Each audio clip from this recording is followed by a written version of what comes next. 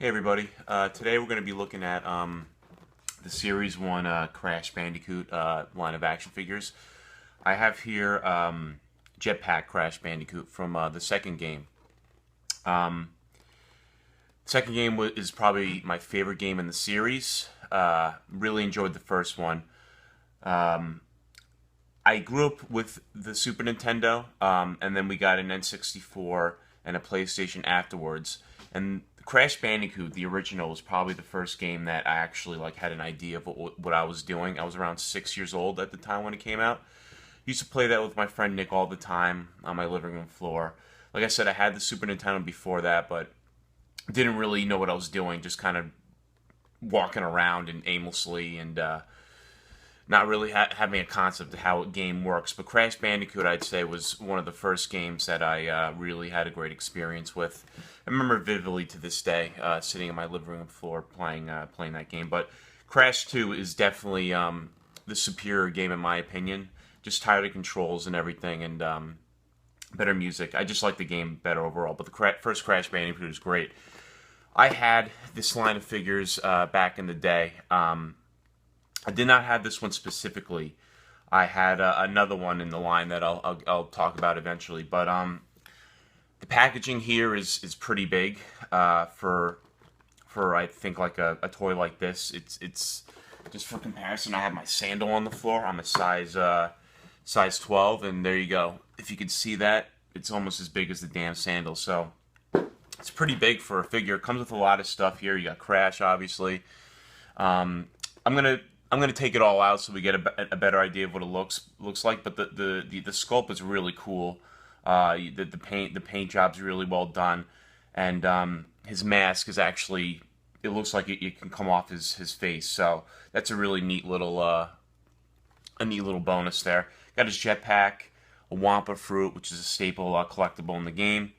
You got one of the crates, and you can't really see, oh, you got the Aku mask. You can see his eyes right there.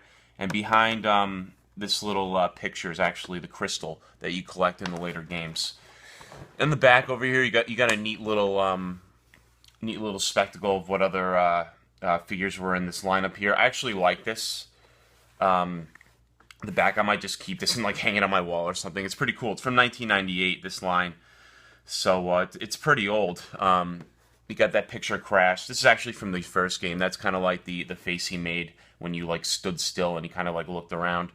This is the one I had over here. If you could see that, that's the waterboarding Crash from he's on a little surfboard thing from the second game. That's the one I had. Jetpack Crash. That's his sister Coco. Neo Cortex.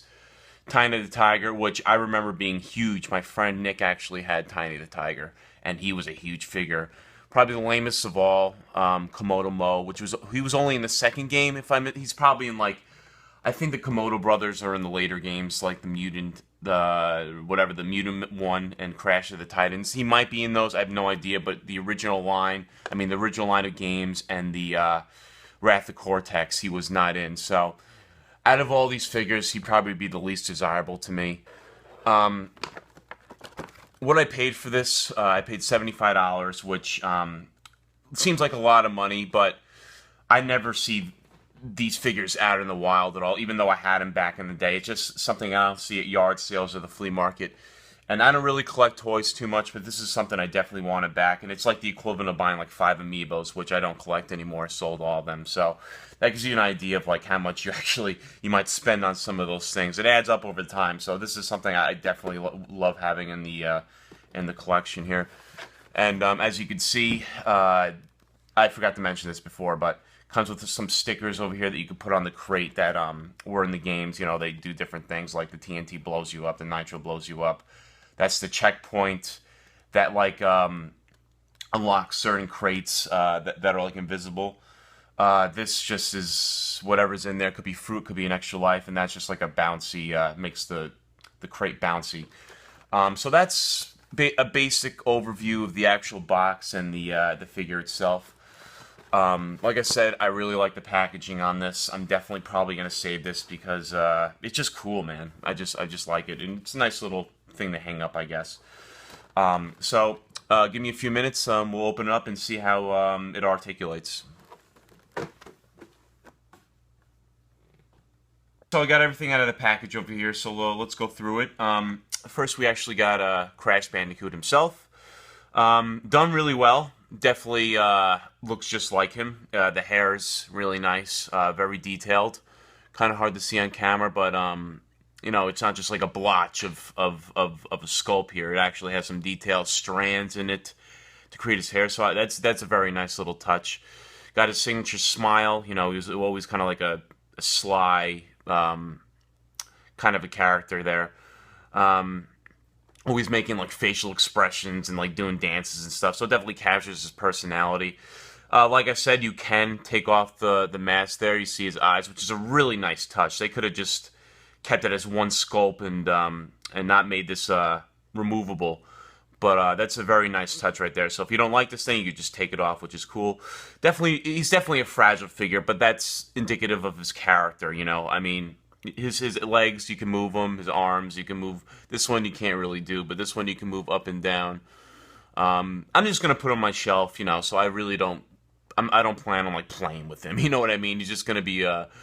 something that goes on the shelf there that I like. But it's indicative of how his character model actually is anyway.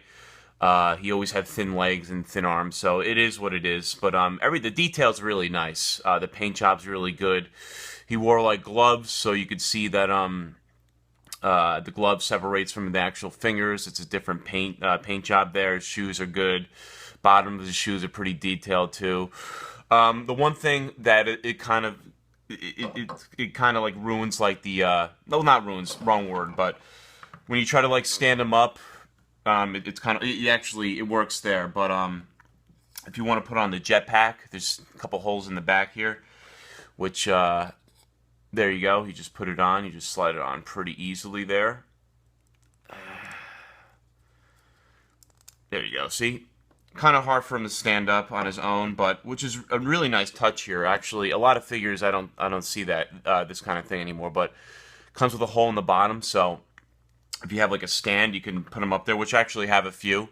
I use them for some of the. I had a few BioShock figures a while ago. I sold some of them. I still have the Rosie, but she stands on her own. But the Big Daddy stands on its own. But this one I do have a couple of stands left, so I'll just throw it on there. No big deal, but really like how this figure is. I'm definitely really happy with it.